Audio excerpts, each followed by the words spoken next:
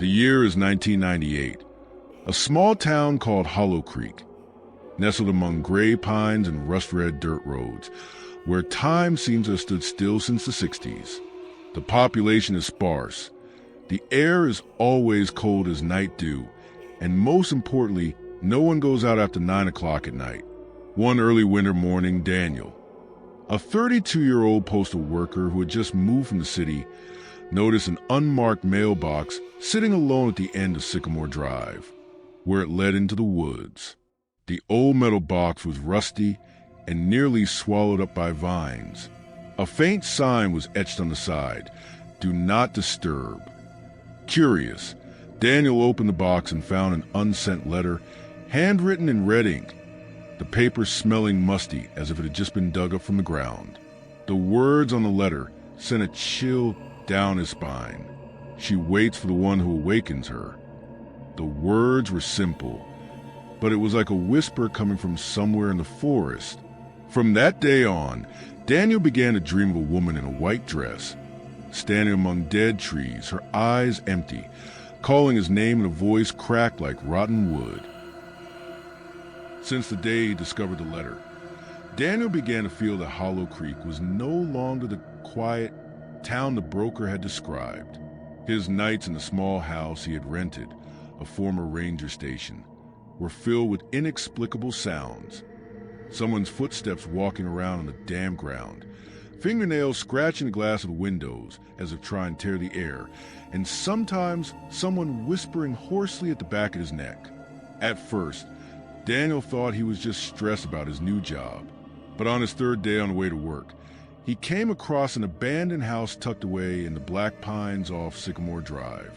It wasn't on a town map, and there was no house number. The roof was slanted, tiles were falling off, and the windows were broken. But strangely, the front door was locked with shiny new lock. Right in front of the door was a children's rope swing, swaying gently in the breeze. Even though there was no wind that day, Daniel approached, intending to take some pictures with his phone, when he discovered a bloody handprint next to the door handle. At the same time, a triple knock sounded behind him. Daniel turned around. No one, but he could feel it clearly. Something was watching, breathing behind him, trace of the formless man. That night, Daniel had a dream. He saw himself standing in front of that house, but it was completely different from the day. The windows were lit up with yellow lights. The sound of a piano was coming from inside. A woman with long hair, her face covered, opened the door for him. Around her neck hung an unusually large silver key. She whispered, "You're too late. They've already chosen you." Daniel woke up in a cold sweat. On his chest, right above his heart, was a purple bruise shaped like a key. The next morning, he went to the post office. There was another letter in the strange mailbox, still in red ink, still in slanted handwriting. Every key finds its door. Forgotten warnings. Confused and scared, Daniel went to the town library to find information about the house. The old librarian, Martha, who was in her 70s, turned pale after hearing his question. She pulled the curtain and whispered as if afraid someone would hear, "You should leave that place. That house used to belong to the Driscoll family, one of the first families to settle Hollow Creek. They were suspected of being involved in ancient cults. They disappeared in 1956. No bodies were found. The police closed the case and called it the first mass disappearance in the area." Daniel thanked him and left. When he turned back, the old librarian, who had not spoken until now, suddenly stared at Daniel and muttered softly, "You've read the letter. There's no turning back." 2 days after meeting the librarian, Daniel decided to return to the house, partly out of curiosity, partly because the dreams were becoming more real each night. In his hand was a silver key, the one he had found that morning, sitting right on his porch, along with a note. First door, midnight. At 11:45 p.m., he entered the woods. The air was chilly, his breath steaming in the thick fog. When he arrived, the swing was still swinging, but this time there were childish footprints in the wet ground, circling the house as if playing hide and seek. The silver key slid perfectly into the new lock. There was a click, the sound of the past awakening. The door opened, a musty smell of rotten wood and mold hit his face, followed by a cold wind that pierced his body like needles.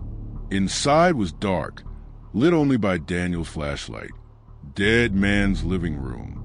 The living room was dusty, the furniture old but not vandalized. On the wall was a large portrait of family, a middle-aged man, his wife, and 3 children.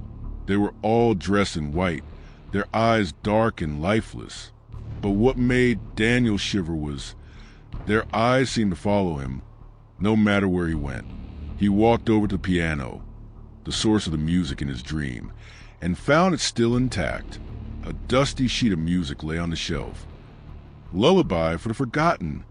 Before he could touch it, ting, a key automatically sounded. Then a second key, a third. The air became thick. A wind blew from somewhere, lifting the carpet on the floor, revealing a wooden hatch. Door below. The silver key was still in his hand. Instinct urged Daniel to open the hatch. He descended the rickety steps into the underground, where the air was thick and the silence was absolute. At the end of the cellar was a wooden door, smaller than normal doors. On the door was carved with a knife. She must not wake. Next to it is a small niche shaped like a key. Daniel inserted the key. The door opened. Inside was a narrow room, the walls covered with old handwriting in red ink, the same handwriting as the first letter. On the floor was a crib covered with a white sheet, silent and still. He approached, his hands trembling as he lifted the cloth. There was nothing inside, just a porcelain doll. But its face was slashed, its eyes were broken, and on its chest was carved his name, Daniel. At the same time, a baby's cry rang out from behind him. Daniel turned around and saw a woman with no eyes, no mouth, standing right in front of the door. Daniel backed away, falling as a shaky flashlight beam focused on the creature. The woman before him had no eyes, no mouth, but the jagged gashes on her pale face were oozing black blood, a thing that did not flow, but dripped heavily onto the cold basement floor. In that terrifying silence, she tilted her head, as if she were looking, even though she had no eyes to see. Daniel held his breath. The coldness radiating from her made his whole body freeze. He was about to take another step back when he heard the creaking of wooden stairs behind him. Someone was going down into the cellar. Without a sound, she disappeared as if she had never existed. But she left behind a scrawled message on the wall, written in blood. She remembers. Traces of the forgotten. Daniel ran from the basement, slamming the door open and rushing out into the night. He arrived home at 2:47 a.m., his clothes covered in mud and dried blood. He thought he had woken up from a nightmare, but everything was still real. The keys were still in his pocket, and the key-shaped bruise on his chest was now a dark purple. He decided to return to the library the next morning, but the librarian, Martha, was no longer there. The shift replacement, a young man named Jaden, said that she had been missing since last night. On her desk, there was only a small notebook.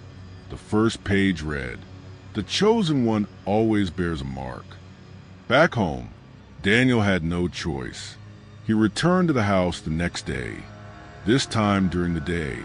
But the house has changed. It was no longer rotten, but looked as if it had been rebuilt in 1950. The walls were whitewashed. The flower garden was still fresh. The swing had been replaced by a baby carriage. And from inside the house came the sound of children's laughter. Daniel stood still. A young woman in a floral dress stepped onto the porch, holding a newborn baby. She looked straight at him, smiling gently, as if they had known each other. Then she said, "You're back, Daniel. Come in. Everyone's waiting." He walked in like a man who had lost consciousness. There was no dust, no musty smell. The house was as alive as it had been when Driscoll had been gone. The man in the portrait was reading the newspaper. 3 children were running around the kitchen table. But no one was there.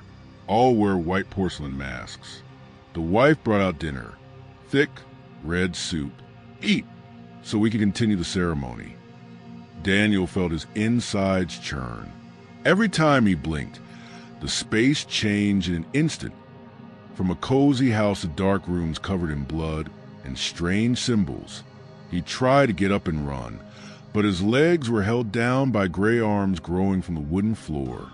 The cracked truth, when he woke up, he found himself lying on the floor of the old cellar. The room was scorched. The walls were stained with traces of fire. The cradle and the doll were gone. Only a broken mirror remained, and on it were engraved the words, "The second door will open on Saturday night." Daniel can no longer distinguish between reality, but he knows one thing. The house is pulling him back into the past, piece by piece, memory by memory, to replace someone who is gone. After that night, Daniel was no longer himself. He began to hear whispers every time he entered the silent room. A young voice, like a little girl's, kept repeating, "I'm still waiting. The door isn't closed." He could no longer sleep. Nightmares dragged him back to the house where time did not obey its laws. One day he saw himself as a child standing in the woods, another as a man dressed in 19th century clothing, holding a knife before an altar. Daniel knew he had to get to the bottom of it. He returned to the library, this time to the basement archives, where forbidden documents related to Hollow Creek from the previous century were kept. Driscoll profile, expunged from history.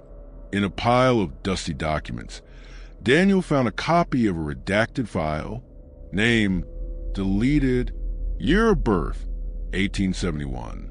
Notes, leader of child blood ritual at Hollow Creek. House burned down in 1912. No body found. Marginal note, handwritten, the seed must always return. Next to the file was an old map of the Hollow Creek area, and on it, the house was circled in red, along with the words, "First Holy Land, bloodline not yet ended." Daniel was stunned. If the records were correct, then the house was the site of a demonic ritual, and the Driscoll family was still lurking somewhere, or had never left. Marks on the skin. Returning home, Daniel finds that the bruise on his chest is no longer a key shape. It is turned into a circle of fire with 3 drops of blood. He checked the old photos on his phone. In the selfie from a few months ago, there was no mark on his chest. But in the new photo, the mark had been there since before he dreamed about the house. I never had it. Someone or something had marked him from the beginning. Bell ringing at 3 a.m.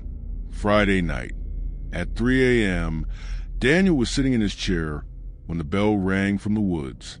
Not a church bell, but a gloomy metallic sound, like a tolling bell. He stepped out onto the porch and followed the sound into the woods. The deeper he went, the colder the ground became under his feet, even though it was summer. And then he came to a place he had never seen before, a round stone altar in the middle of a circle of dead trees. On the table was a book made of human skin, Liber Sanguinum, Book of Blood. Beside it was an unlit candle, a silver dagger, and a black mirror. When Daniel looked into the mirror, he didn't see himself. He saw a little girl crying in a red-walled room, and behind her a faceless woman approaching, holding a silver dagger. The truth is revealed. When he came to, Daniel was sitting at the altar. His hands were bleeding, a dagger in his hand, and the candle was half burned. The book opened to a page with the words in blood. The first sacrifice has begun. The second door is about to open. Yours blood, the last one. Daniel's heart stopped beating. His blood? Who is he? He remembered the old photograph in the Driscoll house, the middle-aged man staring out of the painting. He ran home, opened his mother's old drawer, and rummaged through the papers. Inside, he found something unexpected. Birth certificate, Daniel Everett Driscoll. Father, Benjamin H. Driscoll. Born, Hollow Creek. Daniel was devastated. He was the last descendant of the Driscoll bloodline, and the house is calling him back to complete a ritual that was abandoned more than 100 years ago. Daniel sat motionless in front of the birth certificate. The name Driscoll burned into his palm. He had lived his whole life in the shadow of the truth. Now it rose from his bloodline. It was no coincidence that he had dreamed of the house, no coincidence that he had found the blood cellar.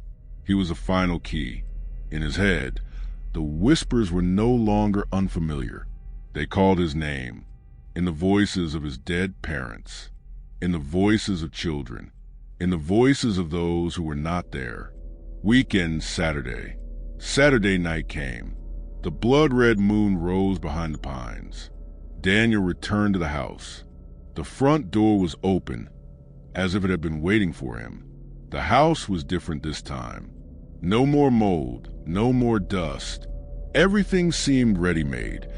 Candles lit on the dining table, a red fireplace, soft old music playing.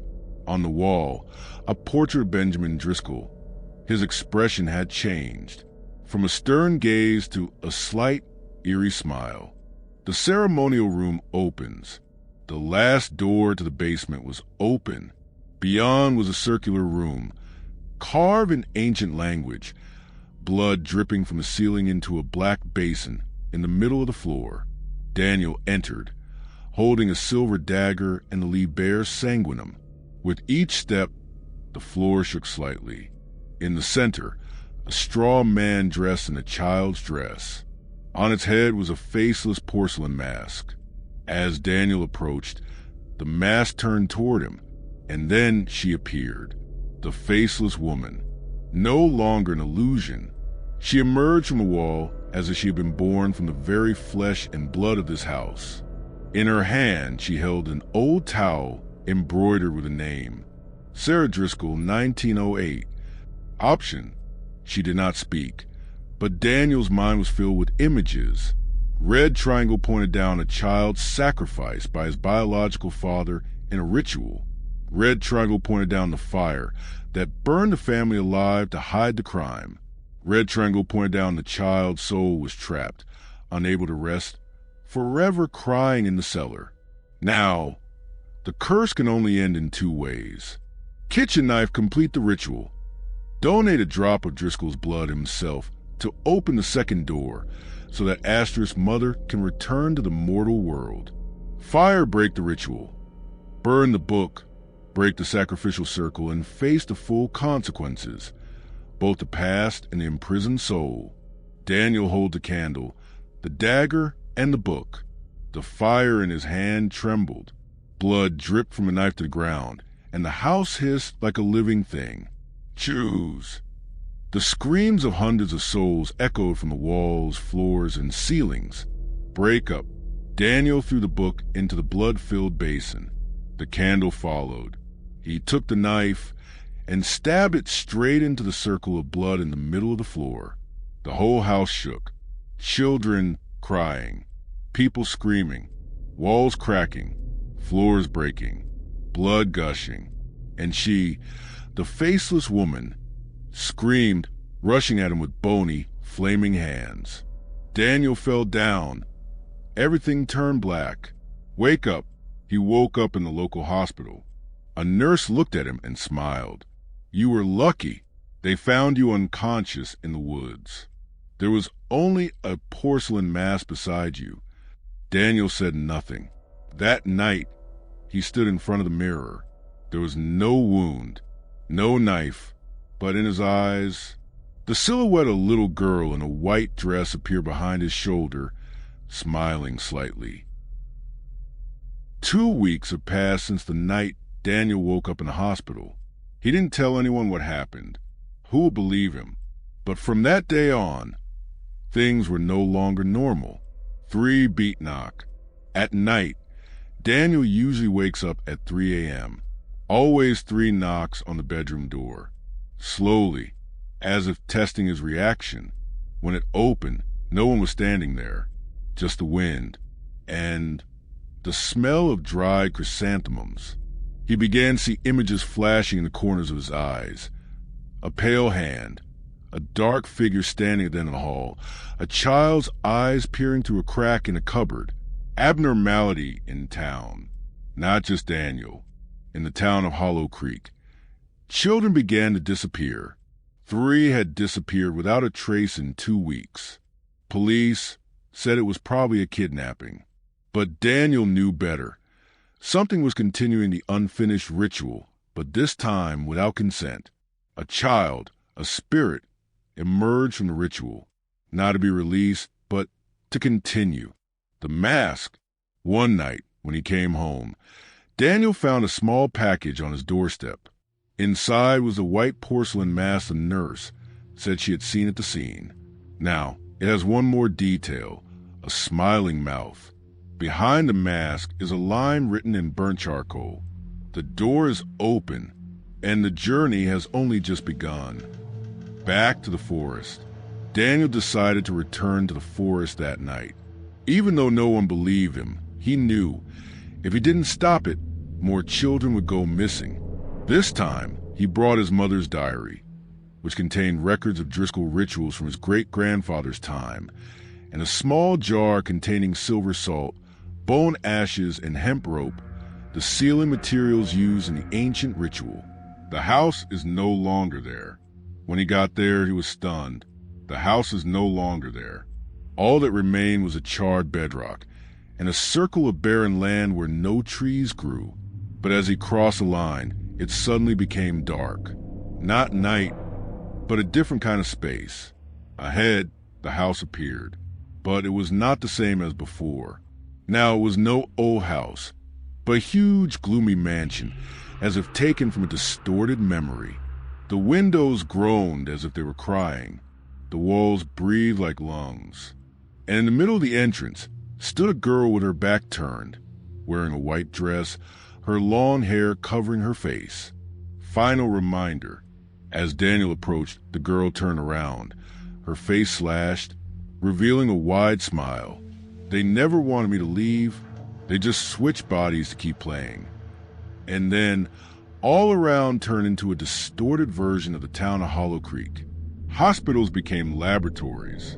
Churches became bloodbaths. Schools became prisons. In each place, a child was trapped.